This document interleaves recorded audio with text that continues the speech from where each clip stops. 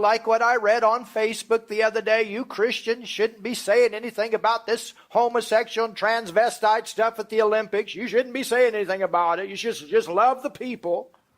Jūs krikščionys neturite sakyti nieko apie tos transvestitus ir kitus ten tuos dalykus per olimpiadą. Jūs tiesiog turite juos mylėti.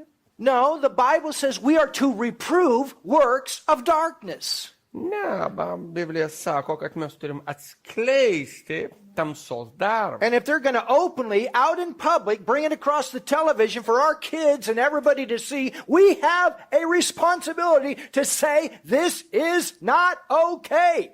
Ir žinot, mes turim savo vaikų ir kitų akivaizdoje atsakomybę pasakyti viešai per televiziją, tai nėra gerai. You understand? Suprantate? But you get on the same page by what you know the Word of God to say.